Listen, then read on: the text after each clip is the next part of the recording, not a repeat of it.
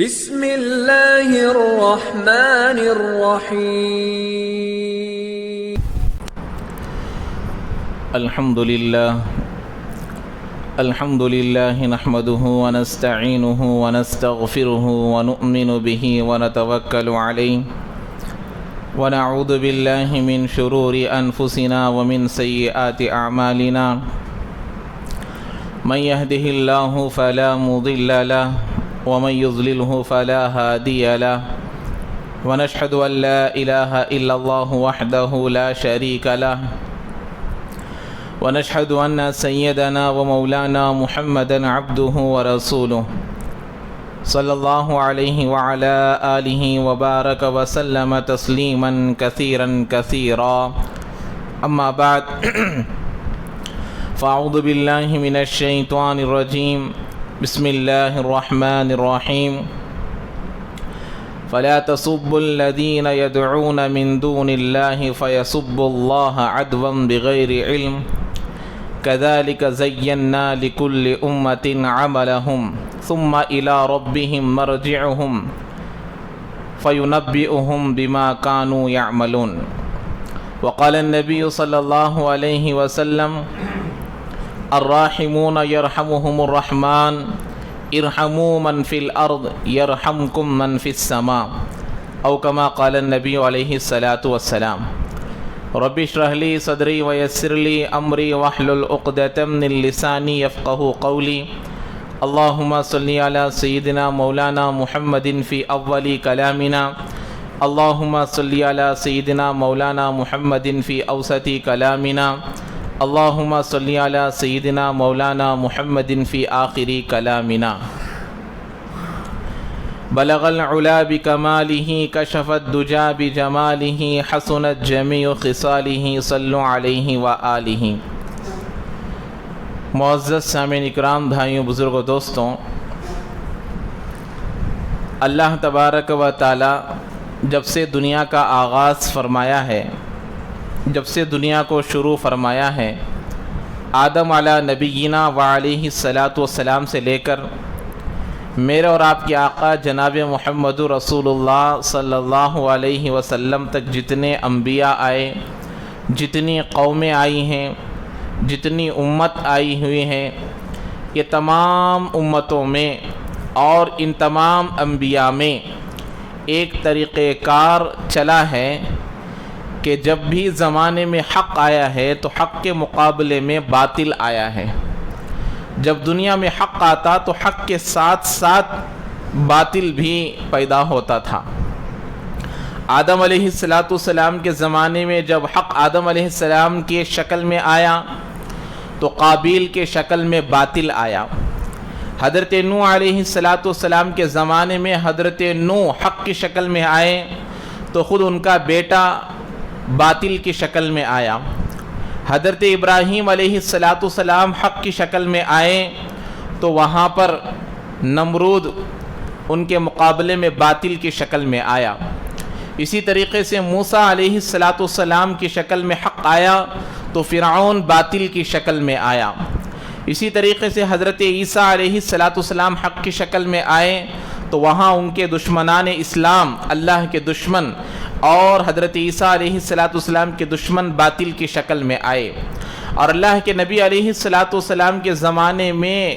میرے اور آپ کے آقا جناب محمد رسول اللہ حق کی شکل میں آئے تو آپ کے مقابلے میں باطل یہود و نصارہ کی شکل میں، مشرکین کی شکل میں سامنے آیا۔ اسی طریقے سے صحابہ حق کی شکل میں آئے تو باطل مسیلمہ کذاب، اسی طریقے سے اور کئی سارے فرقے باطل کی شکل میں آئے۔ اسی طریقے سے عبداللہ ابن مبارک رحمۃ اللہ علیہ کے زمانے میں، عمر ابن عبدالعزیز رحمۃ اللہ علیہ کے زمانے میں حق آیا تو ان کے مقابلے میں باطل بھی آیا ہے، باطل بھی جنم لیا ہے، باطل بھی سر اٹھایا ہے۔ تو ان تمام چیزوں کا خلاصہ یہ ہے کہ ہر زمانے میں حق بھی ہوتا ہے، باطل بھی ہوتا ہے، اور اللہ تبارک و تعالیٰ کا یہ قانون ہے کہ اللہ تعالیٰ اس حق اور باطل کو ایک ساتھ لانے کا مقصد یہ ہوتا ہے کہ جو ماننے والے ہیں ان کے اندر اور مضبوطی لایا جائے، جن کے دلوں میں اللہ سے ہونے کا یقین ہے وہ یقین اور مضبوط ہو جائے، جن کے دلوں میں نبی کی محبت ہے وہ محبت اور بڑھ جائے، اور جو لوگ باطل کی طرف ہیں، جو اللہ کو نہیں ماننے والے ہیں، جو جھوٹ کا ساتھ دینے والے ہیں، جو اللہ کے دشمن ہیں، جو دین کے دشمن ہیں، اللہ ان کو ڈھیل دیتے ہیں، اللہ ان کو مہلت دیتے ہیں تاکہ ان کا حساب قیامت میں لیا جائے، تاکہ قیامت میں ان کو عذاب دیا جائے۔ یہ اللہ کا مقصد ہے۔ تو میرے بھائیوں، بزرگوں، دوستوں، ہر زمانے میں، ہر امت میں، ہر علاقے میں حق آیا تو باطل آیا، لیکن حق کے ماننے والوں کو اللہ تبارک و تعالی ہر زمانے میں، ہر قوم میں، ہر امت میں کامیاب کر کر دکھلایا ہے۔ اسلام ایک ایسا مذہب ہے کہ روز اول سے لے کر اب تک، اب سے لے کر قیامت تک ہمیشہ یہی تعلیم دیتا آیا ہے کہ ہمیشہ حق کی پیروی کرو، ہمیشہ انصاف کی پیروی کرو، ہمیشہ انصاف پر زندگی چلاؤ، ہمیشہ کسی پر ظلم نہ کرو، کسی کو دھوکہ نہ دینا، اور کسی کے مال کو ہڑپ کر کر نہ لے لینا، اور کسی پر ظلم نہ کرنا۔ ان تمام چیزوں کی تعلیم اسلام روز اول سے دیتا آ رہا ہے، اور اب دے رہا ہے، اور قیامت تک دیتا رہے گا۔ اس میں کوئی تبدیلی نہیں آئے گی۔ ایسے ہی ہمارا مذہب، ہمارا دین، ہمارے نبی، ہمارا قرآن، ہمارے احادیث مبارکہ، نبی کی زندگی، صحابہ کی زندگیاں ہمیں یہ تعلیم دیتے ہیں کہ ہمیشہ تم توحید کے ماننے والے بن کر زندگی گزارو۔ یا ایھا الذین آمنو، اللہ تعالیٰ کہتے ہیں یا ایھا الذین آمنوا اتقوا اللہ حق تقاتہ، اے ایمان والوں اللہ سے ایسا ڈرو جیسے اللہ کو ڈرنے کا حق ہے۔ ولا تموتن الا وانتم مسلمون، تمہاری موت مسلمان ہونے کی حالت میں آئے۔ ہمارے سے کوئی ایسا عمل نہ ہو جائے، ہمارے سے کوئی ایسی غلطی نہ ہو جائے، ہمارے سے کوئی ایسا کام نہ ہو جائے جس کی وجہ سے ہمارا ایمان ہمارے ہاتھوں سے چلا جائے، ہمارا دین ہمارے دلوں سے چلا جائے، ہمارا اسلام ہمارے نسلوں سے چلا جائے، جس کی وجہ سے موت اسلام کے بجائے، دین کے بجائے، اسلام کے علاوہ کسی اور پر موت آئے گی تو آنے والی جو ہمیشہ ہمیشہ کی زندگی رہے گی وہ ناکام والی رہے گی۔ اللہ وہی فرما رہے ہیں، ایمان والوں سے ہی فرما رہے ہیں کہ اے ایمان والوں وَلَا تَمُوتُنَّ إِلَّا وَأَنْتُمْ مُسْلِمُونَ، تمہاری موت مسلمان ہونے کی حالت میں آنی ہے۔ اسی آیت سے ہمیں یہ بات معلوم ہوتی ہے کہ کتنے ہی ایسے مسلمان ہیں جو زندگی گزارتے تو ہیں مسلمان بن کر، پیدا ہوتے تو ہیں مسلمان بن کر، لیکن ان کی موت کافر ہونے کی حالت میں آتی ہیں۔ اسی لیے اللہ کے نبی علیہ السلام کی حدیث مبارکہ ہیں، اللہ کے نبی علیہ السلام نے فرمایا 4 طرح کے لوگ دنیا میں زندگی گزارتے ہیں، ان 4 لوگوں میں سے 2 لوگ کامیاب ہیں اور 2 لوگ ناکام ہیں۔ اللہ کے نبی علیہ السلام نے پہلی جماعت کے بارے میں ارشاد فرمایا یولد مسلمہ، اللہ کے نبی پہلی جو حدیث بیان کیے ہیں، پہلی جماعت کو جو بیان کر رہے ہیں، اللہ کے نبی فرما رہے ہیں کہ پہلی جماعت، پہلا آدمی وہ ہے یولد مسلمہ، یحییٰ مسلمہ، جو مسلمان بن کر پیدا ہوا، مسلمان بن کر زندگی گزارا، یموت مسلمہ، اور مسلمان بن کر ہی مرا۔ اللہ کے نبی علیہ السلام نے فرمایا یہ کامیاب ہے۔ مسلمان بن کر پیدا ہوا، مسلمان بن کر زندگی گزارا، اور مسلمان بننے کی حالت میں ہی، مسلمان ہونے کی حالت میں ہی اس کی موت آئی، اللہ تبارک و تعالی اس کو کامیاب کریں گے۔ دوسری جماعت اللہ کے نبی علیہ السلام نے فرمایا، اللہ کے نبی علیہ السلام نے فرمایا یحییٰ، اللہ کے نبی دوسری جو بات بتا رہے ہیں، دوسری جماعت کا جو تذکرہ کر رہے ہیں، یولد کافرن، ایک آدمی کافر بن کر پیدا ہوا، یحییٰ کافرن، اور کافر بن کر زندگی گزارا، یموت مسلمہ، اور مسلمان بن کر مرا۔ اللہ کے نبی علیہ السلام نے فرمایا یہ بھی کامیاب ہے، اس لیے کہ موت اس کی ایمان کی حالت میں آئی ہے، اللہ کو ایک ماننے کی حالت میں آئی ہے، نبی کو ماننے کی حالت میں آئی ہے، تو یہ کامیاب ہے۔ تیسرا آدمی اللہ کے نبی علیہ السلام نے فرمایا یولد مسلمہ، یحییٰ مسلمہ، اور یموت کافرہ، اللہ کے نبی علیہ السلام نے فرمایا مسلمان بن کر پیدا ہوا، مسلمان بن کر زندگی گزارا، لیکن موت اس کی کافر ہونے کی حالت میں آئی، کافر بن کر اس کی موت ہو رہی ہے، اس سے زندگی میں ایسے اعمال ہوئے، اس سے زندگی میں ایسی غلطیاں ہوئے، اس سے ایسی لغزشیں ہوئی جس کی وجہ سے اس کی موت کافر ہونے کی حالت میں آئی۔ پیدا ہوا مسلمانوں کے گھروں میں، نام رکھا گیا مسلمانوں کا، زندگی گزارا مسلمانوں کا، نکاح کیا مسلمانوں کے موافق، ولیمہ کیا مسلمانوں کے موافق، حج کیا مسلمانوں کے موافق، زکوٰۃ کیا مسلمانوں کے موافق، تمام اسلامی اعمال کو مسلمانوں کے موافق کیا، لیکن اس کی زندگی ایسی گزری تھی یا اللہ تبارک و تعالیٰ کو اس کو کون سا عمل پسند نہیں آیا تھا معلوم نہیں کہ اس کی موت کافر ہونے کی حالت میں آ گئی۔ چوتھی جماعت اللہ کے نبی علیہ السلام نے فرمایا یولد کافرا، کافر بن کر پیدا ہوا، یحییٰ کافرا، کافر بن کر زندگی گزارا، یموت کافرا، اور کافر بننے کی حالت میں ہی اس کو موت آ گئی۔ یہ دو لوگ ناکام ہیں، دو لوگ مسلمان بن کر مرے ہیں اور دو لوگ کافر بن کر مرے ہیں، تو دو لوگ کامیاب، دو لوگ ناکام۔ اللہ یہی کہہ رہے ہیں یا ایھا الذین آمنوا اتقوا اللہ حق تقاتہ، اے ایمان والو اللہ سے جیسے ڈرنے کا حق ہے ویسا ڈرو۔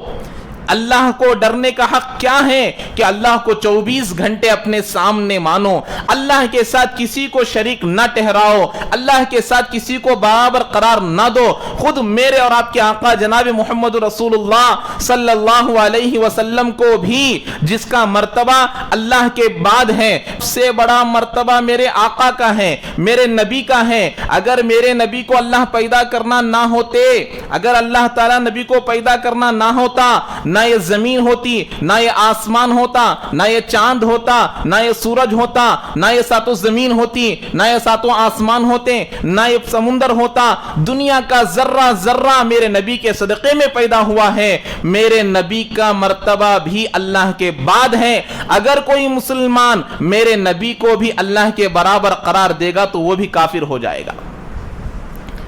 ہماری شریعت یہ سکھلاتی ہے، ہمارا دین یہ سکھلاتا ہے، ہمارا اسلام ہم کو یہ سکھلاتا ہے کہ اللہ کے برابر کسی کو قرار نہ دو، اسی کو شرک کہتے ہیں۔ تو میرے بھائیوں، ہر زمانے میں حق آیا تو باطل آیا ہے، اور اسلام کی خوبیوں میں سے ایک خوبی یہ ہے، اسلام کی خوبیاں بہت زیادہ ہیں، اسلام کی خوبیوں کی تعداد ان گنت ہے، لیکن انہی خوبیوں میں سے ایک خوبی یہ ہے کہ اللہ کے نبی علیہ السلام نے فرمایا ہر جاندار کے ساتھ حسن سلوک کا معاملہ کرو، اچھائی کا معاملہ کرو،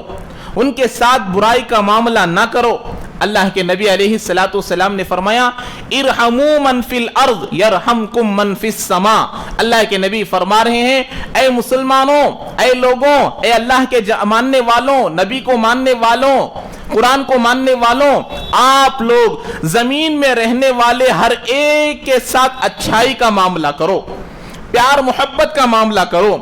ان کے ساتھ اچھائی سے پیش آؤ، چاہے وہ اللہ کو ماننے والا ہو، چاہے وہ اللہ کو نہ ماننے والا ہو، چاہے وہ نبی کو ماننے والا ہو، چاہے وہ نبی کو نہ ماننے والا ہو، چاہے وہ کوئی بھی ہو، لیکن جب انسانیت کا معاملہ آ جائے، انسانیت کی بات آ جائے، اگر وہ پیاسا ہے تو اس کو پانی پلاؤ، اگر وہ بھوکا ہے تو اس کو کھانا کھلاؤ، اگر وہ ننگا ہے تو اس کو کپڑا پہناؤ، یہ انسانیت کا تقاضا ہے۔ لیکن دین کا جب معاملہ آ جائے، ہم ان کے ساتھ ان کے تہواروں میں اور ان کے عقیدوں میں ہم شریک نہیں ہوں گے۔ ان کا عقیدہ یہ ہے کہ خدا ایک کے علاوہ کئی زیادہ ہیں، ان کا عقیدہ کوئی کچھ اور ہے۔ ہمارا اسلام یہ نہیں سکھاتا، بھائی چارگی کا تقاضا ہے، بھائی چارگی کی تعلیم اسلام دیتا ہے، مل جل کر رہنے کی تعلیم اسلام دیتا ہے، لیکن ان کے ساتھ رہ کر ان کے عقیدوں میں مل جانا، ان کے عقیدوں کو صحیح سمجھنے کی تعلیم اسلام نہیں دیتا، اسلام اس کی تعلیم نہیں دیتا۔ ہمارا تقاضا ہے کہ انسانیت کے تقاضے کو پورا کیا جائے، اگر کسی کی انسانی ضرورت ہے تو ہم اس کو پورا کریں گے، لیکن اس کے ساتھ مل جل کر اپنے عقیدوں کو نہیں بگاڑیں گے۔ ہمارا عقیدہ ہے کہ ایک اللہ ہے، ہمارے رسول ہیں، ہمارے نبی نے ہم کو جو طریقہ سکھلایا ہے ہم اس کے موافق زندگی گزاریں گے، یہ ہمارا اسلام ہے۔ تو میرے بھائیوں، بھائی چارگی کا سبق اسلام دیتا ہے کہ مل جل کر رہو، تمام کے ساتھ محبت کا معاملہ کرو، ہر ایک کے ساتھ اچھائی کا معاملہ کرو، ہر ایک کے ساتھ پیار محبت کا معاملہ کرو۔ اس معاملے میں اللہ تبارک و تعالی نے قرآن مجید میں ارشاد فرمایا وَلَا تَسُبُّوا الَّذِينَ يَدْعُونَ مِن دُونِ اللَّهِ، اللہ تعالیٰ کہہ رہے ہیں کہ اللہ کو چھوڑ کر جو دوسروں کی عبادت کرتے ہیں، وَلَا تَسُبُّوا الَّذِينَ يَدْعُونَ مِن دُونِ اللَّهِ، اللہ تعالیٰ کہہ رہے ہیں اللہ کو چھوڑ کر پوجنے والے، اللہ کو چھوڑ کر دوسروں کی عبادت کرنے والے، کوئی پتھر کو خدا مانتا ہے، کوئی زمین کو خدا مانتا ہے، کوئی آسمان کو خدا مانتا ہے، کوئی سورج کو خدا مانتا ہے، کوئی چاند کو خدا مانتا ہے، کوئی اپنے باپ کو خدا مانتا ہے، کوئی اپنی ماں کو خدا مانتا ہے۔ اللہ کہہ رہے ہیں کہ ان کو برا بھلا مت کہو، ان کو گالیاں مت دو، وہ اپنے دین پر ہے، تم اپنے دین پر رہو۔ جب یہ سب تمام لوگ اللہ کے پاس آ جائیں گے، اِلَىٰ رَبِّهِمْ مَرْجِعُهُمْ، تمام لوگ جائیں گے اللہ کے پاس۔ اللہ کو ماننے والا بھی اللہ کے پاس جائے گا، اللہ کو نہیں ماننے والا بھی اللہ کے پاس جائے گا، سورج کو ماننے والا بھی اللہ کے پاس جائے گا، چاند کو ماننے والا بھی اللہ کے پاس جائے گا۔ کون حق ہے، کون باطل ہے، کون حق پر تھا، کون صحیح راستے پر تھا، کون غلط راستے پر تھا، اللہ اس کا فیصلہ کریں گے۔ فَيُنَبِّئُهُم بِمَا كَانُوا يَعْمَلُونَ، اللہ کھول کر بتا دے گا کہ تمہارے اعمال کیسے تھے، تمہارا یقین کیا تھا، تمہارا ایمان کیسا تھا، تمہارا عقیدہ کیا تھا، یہ اللہ ہر ایک کو بتائیں گے۔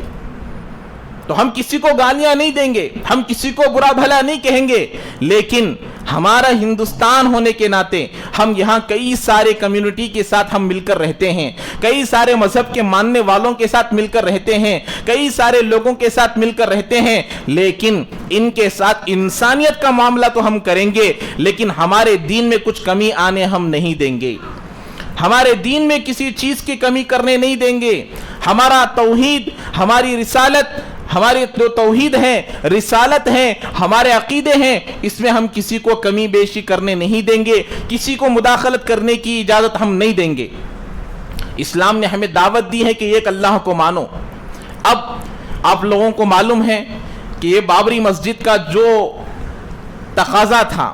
یہاں کا جو کیس تھا، یہ تقریباً 1528 میں بابر نامی بادشاہ نے مسجد بنوائی تھی۔ اس کے پوری ہسٹری سے مسلمان ہی واقف نہیں ہے، خود مسلمان کو نہیں معلوم کہ یہ واقعہ کیا ہے، کب پیش آیا تھا، کیسے پیش آیا تھا، کیوں پیش آیا تھا۔ سپریم کورٹ میں 2019 نومبر 9 تاریخ کو جب فیصلہ آیا تھا، وہ فیصلہ کیا تھا مسلمانوں کو نہیں معلوم۔ خود سپریم کورٹ نے کہا کہ یہاں پر مسجد بنائی گئی تھی، یہاں پر مندر کو توڑ کر نہیں بنایا گیا، خود سپریم کورٹ نے کہا۔ اور 1939 میں وہاں پر جب مورتیاں رکھی گئی، 49 میں وہاں جب مورتیاں رکھی گئی وہ بھی قانوناً غلط تھا، اور 1992 میں جب مسجد کو انہدام کر دیا گیا، منہدم کر دیا گیا، وہ بھی قانوناً غلط تھا۔ یہ تین چیزیں بھی مسلمانوں کی موافقت میں تھی، لیکن پھر بھی اللہ کا شکر ہے، اللہ کا کرم ہے، اللہ کا فضل ہے، جو الزام 400 سال سے مسلمانوں پر لگایا جا رہا تھا، جو الزام 400 سال سے اسلام پر لگایا جا رہا تھا، جو الزام 400 سال سے مسلمانوں کی قوم پر لگایا جا رہا تھا کہ بابری مسجد کو مندر توڑ کر بنایا گیا، اس الزام کو سپریم کورٹ نے منع کر دیا، اس کو رد کر دیا کہ اس کو مندر کو توڑ کر مسجد نہیں بنائی گئی۔ لیکن ہسٹری میں، تاریخ میں یہ بات لکھی گئی کہ آپ جو مندر بنا رہے ہیں وہ مسجد کو توڑ کر بنا رہے ہیں، یہ آنکھوں کے سامنے ہے۔ خود سپریم کورٹ نے کہا کہ یہاں مندر نہیں تھی، لیکن ہمارے آنکھوں کے سامنے ہے، ہم لوگ موت آنے تک اپنے بچوں کو، اپنے پوتوں کو، سب کو یہ بات بتائیں گے کہ بابری مسجد کو توڑ کر ہی یہاں پر بنایا گیا ہے۔ یہ اللہ کا فضل ہے کہ جو الزام مسلمانوں پر تھا، اس الزام کو اللہ تعالیٰ انہی کے ذریعے سے نکال دیا۔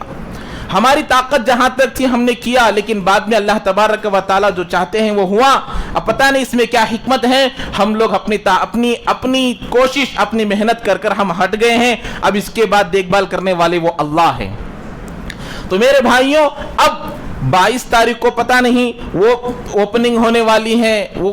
اس کا کچھ اوپننگ وغیرہ ہونے والا ہے، تو ہمارے ہندوستان کے پی ایم نے تمام 140 کروڑ مسلمانوں کو، 140 کروڑ ہندوستان میں رہنے والے تمام لوگوں کو ایک اپیل کی ہے، ایک گزارش کی ہے کہ اس دن تمام لوگ اپنے گھروں میں دیا جلاؤ۔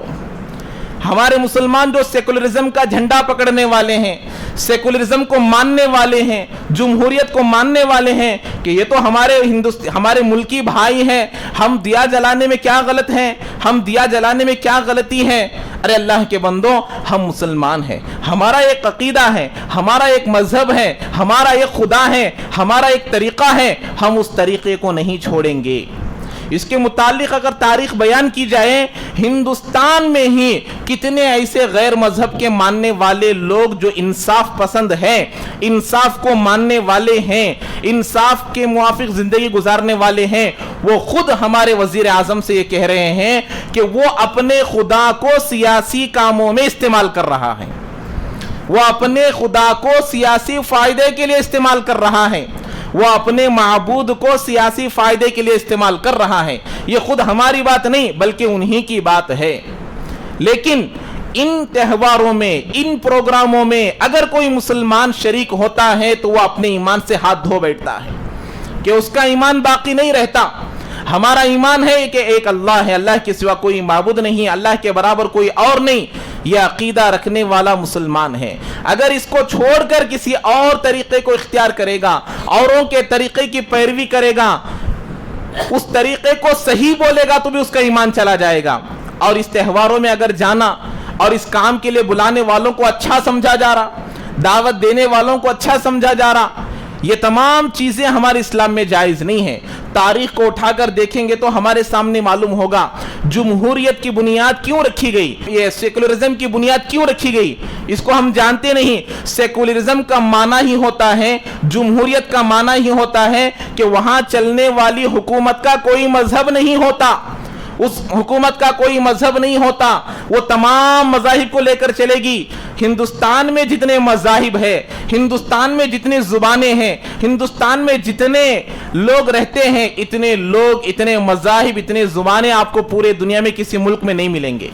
لیکن آج ہندوستان کے اندر ہمارے آبا و اجداد، ہمارے بڑے کبار علماء اور ہمارے علماء دیوبند اور علماء ہند اس ہندوستان کو جو آزاد کرایا تھا، اپنے خون کے نذرانے کو پیش کر کر، اپنی جانوں کو پیش کر کر، اپنے بیوی بچوں کو قربان کر کر کیوں کیا تھا؟ تاکہ ہماری آنے والی نسلیں، ہماری آنے والی اولاد یہاں پر قال اللہ قال رسول کی صدائیں لگا سکے، دین پر اطمینان کی سانس لے سکے۔ ہاں، جو ملک الگ ہو گیا اسی وقت ہمارے بڑے بڑے علماء اس کے قائل نہیں تھے، یہ ہندوستان کو الگ کرنے کے قائل نہیں تھے۔ وہ تمام علماء ہند اور دارالعلوم دیوبند کے علماء سب لوگ یہی کہتے تھے کہ ہندوستان کے حصے نہ کیے جائے، لیکن جب ہو گیا تو ہو گیا۔ لیکن اب ہمارے مسلمانان ہند یہ چاہتے ہیں کہ سب مل جل کر رہیں، لیکن ہم یہ کہنا چاہتے ہیں کہ ہر مسلمان یہ سوچے کہ ہمارا عقیدہ، ہمارا مذہب، ہمارا دین، ہمارا اسلام، ہمارا قرآن ہم کو جو سبق سکھاتا ہے ہم اسی کے موافق زندگی گزاریں گے۔ اپنے سیٹ کے لیے کوئی مندر جا رہا ہے، اپنے سیاسی فائدے کے لیے کوئی آدمی غیروں کے تہواروں میں جا رہا ہے، اپنے الیکشن کے فائدے کے لیے آدمی جا کر مندر میں سر جھکا رہا ہے، یاد رکھیے ایسا اگر آدمی کوئی کام کرتا ہے تو اس کا ایمان باقی نہیں رہتا، اگر وہ مرے گا تو کافر مرے گا۔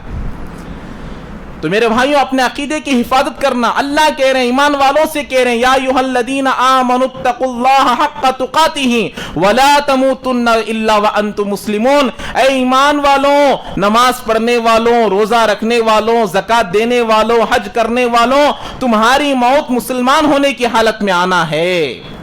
تمہاری موت مسلمان ہونے کی حالت میں آنا ہے۔ ایسا عمل نہ کرنا جس کی وجہ سے موت کفر کی حالت میں آئے، ایسی زندگی نہ گزرنا جس کی وجہ سے تمہاری موت کفر کی حالت میں آئے۔ آج پورے ہندوستان میں دیکھا جا رہا ہے، سیکولرزم کا جھنڈا پکڑ کر، جمہوریت کا جھنڈا پکڑ کر غیروں کے کاموں میں شریک ہو رہے ہیں اپنی کرسی کے لیے۔ پتہ نہیں آج جو پی ایم بنتا ہے، آج جو راشٹرپتی بنتا ہے، آج جو پریزیڈنٹ بنتا ہے، بیٹھنے سے پہلے اس کی سانس رک جائے گی نہیں معلوم، بیٹھنے سے پہلے وہ مر جائے گا نہیں معلوم، بیٹھنے سے پہلے اس کی جان رہتی ہے یا نہیں رہتی یہ نہیں معلوم، اور اپنے سیٹ کے لیے ایمان کا سودا کرنے کے لیے تیار ہو رہے ہیں۔ اپنے ایمان کو بیچنے کے لیے تیار ہو رہے ہیں. یہ اسلام اس کی دعوت نہیں دیتا ہے. اسی لیے 22 جنوری کو جو بھی ہندوستان میں ہو رہا ہے ہونے دیجئے, لیکن ہم اپنے عقیدے کو نہیں چھوڑیں گے, ہم اپنے ایمان کو نہیں چھوڑیں گے, ہم اپنے قرآن کو نہیں چھوڑیں گے. عقیدے پر جمے رہیں, دین پر جمے رہیں, نبی کے طریقے پر جمے رہیں, اسی میں ہمارے لیے کامیابی ہے. اس کو چھوڑیں گے اللہ تبارک و تعالی ذلیل کر دیں گے. ایک تو فیصلہ ہوا, جو ہوا سو ہوا, ہمارے ہاتھ میں جتنا تھا اتنی محنتیں کوششیں کیے, لیکن اس کے پیچھے ایک سبق مسلمانوں کو یہ دیا جاتا ہے کہ یہ بابری مسجد کے شکل میں جو سزا ہم کو ملی ہے وہ ایک طرح کی مسلمانوں پر سزا ہے. کہ اے مسلمانوں, آج بھی ابھی بھی اگر آنکھیں نہیں کھولیں گے, ابھی بھی اگر مسجدوں کو آباد نہیں کرو گے, ابھی بھی اگر مسجدوں کو آباد کرنے کی فکر نہیں کرو گے, مسجد نمازوں کی پابندی نہیں کرو گے, نماز کو اپنا مقصد نہیں بنائیں گے, نماز کی پابندی نہیں کریں گے, تو ایسے ہی ایک ایک کر مسجد نعوذ باللہ چلے جائے تو اس میں کوئی بعید کی بات نہیں ہے. کہ اس کی وجہ کیا ہے؟ خود مسلمان یہ سمجھ رہا ہے کہ جمعہ میں ایک مرتبہ نماز پڑھ کر سمجھ رہا ہے کہ میں پکا مسلمان ہوں. کہ اللہ تبارک و تعالیٰ نے پورے قرآن میں یا نبی نے کسی حدیث میں کہیں ہو کہ اے مسلمانوں جمعہ میں ایک مرتبہ نماز پڑھ لو. مسجدیں چھوٹی ہو رہی ہے بڑی کرو, جمعہ میں چھوٹی ہو رہی ہیں. مسجد کو بڑی اس وقت کرو جب 5 وقت کے لیے چھوٹی بن رہی ہو, 5 وقت میں خالی پڑی رہی ہے اور جمعہ میں مسجد بھر رہی ہے, تو یہ مسلمان ہونے کی نشانی نہیں, یہ جمعہ کا مسلمان ہے جو صرف جمعہ میں نماز پڑھتا ہے. 5 وقت کی نماز پڑھنے والا مسلمان ہے, 5 وقت کی نماز پڑھنے والا اسلام میں ہے. نبی علیہ السلام کی حدیث مبارکہ ہے کہ من اقام الصلاۃ اقام الدین ومن ہدمها ہدم الدین. اللہ کے نبی فرما رہے ہیں جس نے نماز کی پابندی کی اس نے دین کو قائم کیا, دین کو مضبوط کیا. جس نے نماز کو چھوڑا اس نے دین کو ڈھا دیا, دین کو گرا دیا. دین کو ختم کرنے والے کوئی اور نہیں, دین کو ختم کرنے والے کوئی غیر نہیں, دین کو ختم کرنے والے اللہ کے دشمن نہیں. جو نماز چھوڑ رہا ہے وہ دین کو مٹا رہا ہے, جو نماز کی پابندی نہیں کر رہا ہے وہ دین کو مٹا رہا ہے. اللہ کے نبی کی حدیث مبارکہ ہیں, اور اللہ کے نبی علیہ السلام نے فرمایا من ترک الصلاۃ متعمدا فقد کفر. جس نے جان بوجھ کر ایک نماز چھوڑا وہ کافروں والا عمل کیا. اور آج ہم لوگ جمعہ میں ایک مرتبہ نمازیں پڑھ کر خوش ہو رہے ہیں کہ میں مسلمان ہوں, میرا نام عبد الرحمن ہے, میرا نام عبد المطلب ہے, میرا نام وہ ہے فلاں ہے, لیکن اللہ کے لسٹ میں میرا کیا نام ہے؟ نمازوں کی پابندی نہیں کرتے, صبح میں نیند کی قربان ہم نہیں کر سکتے. تو ایسی مسجدوں کے جانے سے مسلمانوں کی اس کی کوئی ہسٹری ہی نہیں معلوم. بابری مسجد کب بنی تھی, کب اس کو منہدم کر دیا گیا, کیسے بنی تھی, کسی کو نہیں معلوم. اور اپنے آپ کو مسلمان کے ایک مسجد, ایک آدمی کا ایک باپ انتقال ہو گیا تو آدمی کو 1 مہینے تک بات ماننے سے انکار کرتی ہے کہ میرے ابا انتقال ہو گئے, میری ماں انتقال ہو گئی, بات ماننے کے لیے تیار نہیں. جو آدمی صحت مند ہوتا ہے, باپ ہے, بھائی ہے, بہن ہے, اچانک انتقال ہو گیا, عقل ماننے کے لیے تیار نہیں کہ باپ کا انتقال ہو گیا, بھائی کا انتقال ہو گیا. صبح میں اٹھتے ہیں تو معلوم ہوتا ہے کہ زندہ ہے, لیکن اس کو جا کر دفنا کر آ گئے ہیں. لیکن ایک مسجد مسلمانوں کے ہاتھ سے نکل گئی, لیکن افسوس کا نام و نشان نہیں ہے. تو میرے بھائیوں, یہ ایمان کی نشانی ہے کہ جب کوئی نیک کام ہو جائے تو خوشی ہو, اور کوئی گناہ کا کام ہو جائے تو اس میں اس کو افسوس ہو, تو یہ ایمان کی نشانی ہے. اس لیے نمازوں کی پابندی کرے, نمازوں کی پابندی میں اللہ نے کامیابی رکھی ہے. اللہ تعالی ہم تمام کو عمل کی توفیق نصیب فرمائے. جو حضرات سنت نہیں پڑھے سنت ادا فرمائے.